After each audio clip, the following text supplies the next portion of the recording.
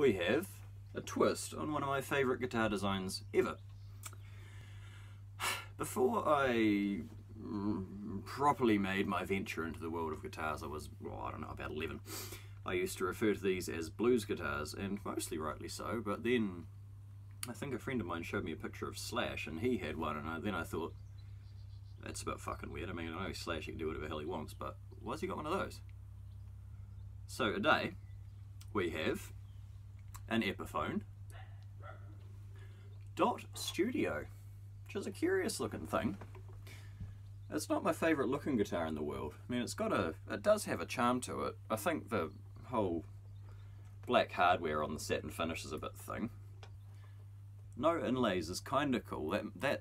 A guitar with no inlays says to me, you see this shit, I don't give any fucks. Just, you know what you're doing, fuck off. You'll notice it only has a volume and a tone, which is useful. It has a typical three-way switch, and it has the jack on the side. The usual Dot has it about there, I think.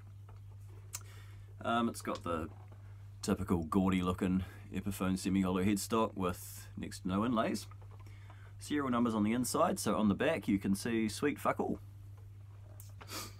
It's got a lovely big neck on it. I want to say it's closer to a 50 style. It's very similar to my Gold Top, which is...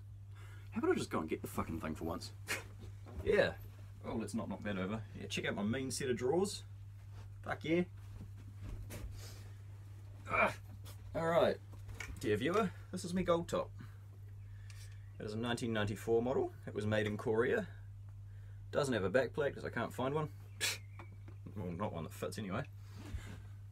And not much of it is original. You can see I've mutilated the headstock to be a Gibson shape, and I've put the Epiphone logo on it because it's an Epiphone.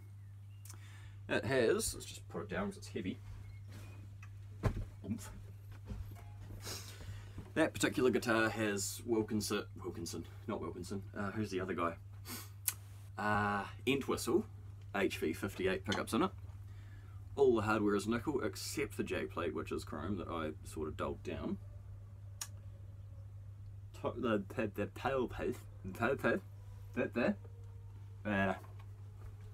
bridge and tail piece on the Gold Top are both Goto units. The tuners are Klusons. I think the only original Epiphone bits are the body and neckwoods and sort of the finish. Frets are original, sort of. They're getting to the end of their life. And I've dulled the finish down because it looked a bit naff. But anyway, today we are talking about the Dot. Now this particular one, for all its sort of semi-gothic, this is the Dot that belongs to the guy at the back of the bar in a leather jacket who loves the classic look of the Dot and the feel. Maybe just likes the feel and how they sound. But he wants to be a bit more of a badass. And this is a funny one. This is supposed to be like entry-level budget sort of guitar that Epiphone made from the semi-hollows rather, to the best of my knowledge. But it plays really fucking well. The cool thing is,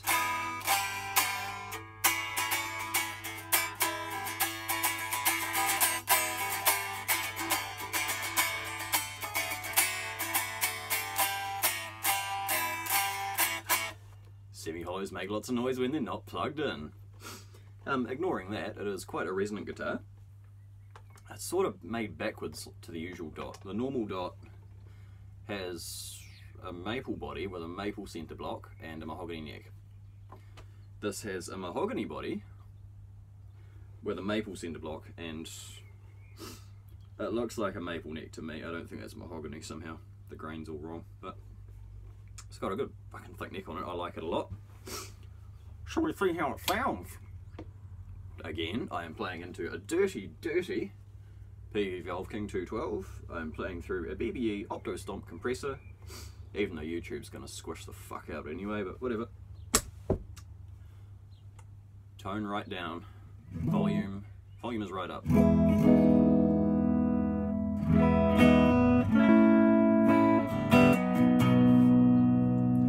Now the tone's right the way up.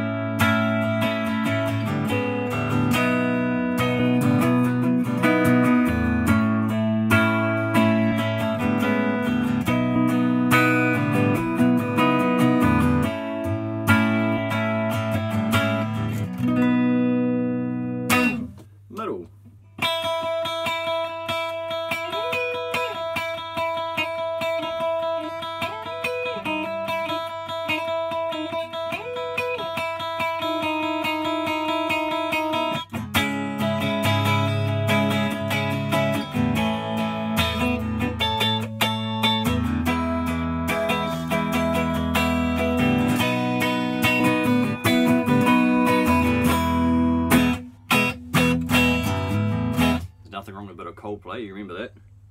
However, there is a lot wrong with a bit of hay fever. I've been sneezing all fucking morning. It's about 1 in the afternoon here in little old New Zealand as I record this. I started sneezing about 8:30. Today, my life is shit. But anyway, the dot, this sounds really good. It's lovely and bright, which is...